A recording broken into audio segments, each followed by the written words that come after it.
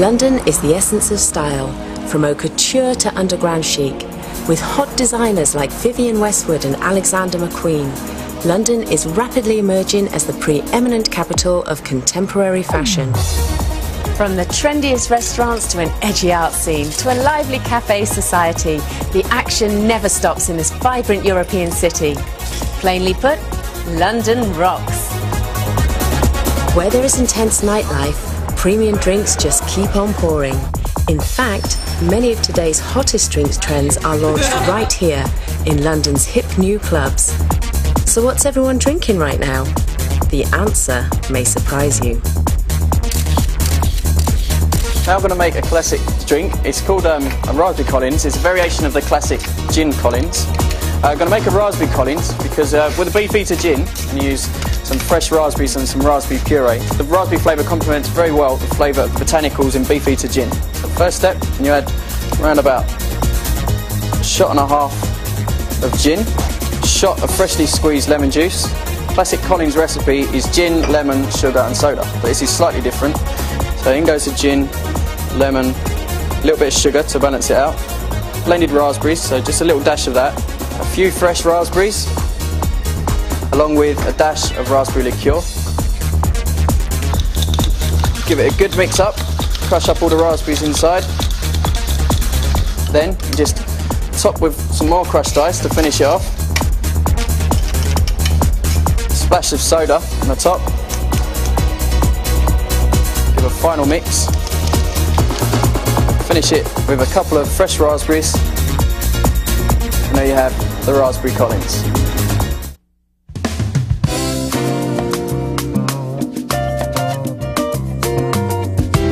If you've grown tired of the effort involved in preparing a gourmet meal and wish you could just be transported to a place where the sun shines every day and where every meal is an Epicurean wonder, well, wish no more. We found just the place. 70 miles of pristine coastline, the crashing waves of the Pacific, a near-perfect climate, and world-famous attractions make San Diego one of the hottest destinations in the country. But San Diego offers more than sun and fun. San Diego is a hotbed of culinary talent. Some of the nation's hottest chefs have given San Diego its distinct culinary signature, a blend of the Pacific Rim, Mediterranean, and California influences. San Diego regional cuisine has become such a force in food circles that this year, 4 local chefs were invited to showcase their talents at the famous James Beard House in New York City. Meet San Diego's culinary dream team, 4 chefs that truly epitomize San Diego regional cuisine. They are Chef Rico Bartolome of 150 Grand Cafe in Escondido, Tom Dowling, executive chef of the Rancho Bernardo Inn in San Diego, Bernard Guillas, executive chef of the Marine Room in La Jolla, and Michael Stebner, chef de cuisine of Azura Point in Coronado. Ex-chef Bernard Guillas of the Marine Room at the La Jolla Beach and Tennis Club is going to take us from the kitchen to a very unique underwater farm. Today we will be cooking saffron-scented Carlsbad black mussels, casserole.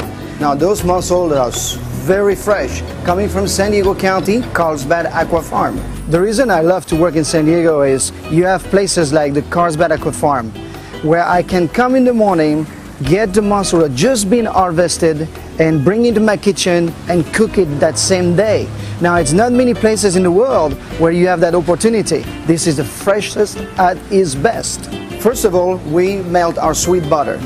Then we will add our vegetables. All of the vegetables, or most of them, are coming from a local farm. Now that our vegetables have been cooking for approximately those 2 minutes and they're ready, we will be adding our thyme and lemongrass, who are from Conley Farm, as well as Pinot Gris, saffron, sea salt, and cream. Then you take those mussels, put it into your pot, and cover.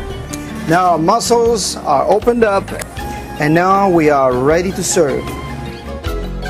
As you can see with Chef Guillas, freshness is the main ingredient in this world-class restaurant. The earliest accounts trace whiskey's roots to the days of trappers and fur traders, who fermented grain into a powerful crude spirit to trade with the native tribesmen. Later came the Scots and Irish, who settled in the Canadian backcountry and made a living as grain merchants. What they didn't sell, they distilled into whiskey. One of the most notorious Canadian whiskey distillers was this man. Hiram Walker initially was a grain merchant, vinegar producer, and tanner during Detroit's heyday as a fur trading center. But this ambitious American was a great visionary as well. Hiram Walker was truly an entrepreneur, a visionary, and he saw an opportunity over here in Canada to put up a vibrant business. Hiram Walker foresaw that at some point in time in the near future it would become illegal to manufacture, produce, or consume beverage alcohol. He felt that there was a temperance movement. So he looked across the Detroit River over here to Canada, put up his first distillery in 1858, and built the small town of Walkerville. Even then, Hiram Walker had a taste for quality. The original brand was called Club Whiskey. His Club Whiskey was sipped at the finest gentlemen's clubs.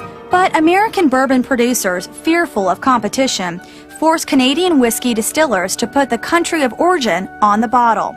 So Walker's prize whiskey became Canadian Club.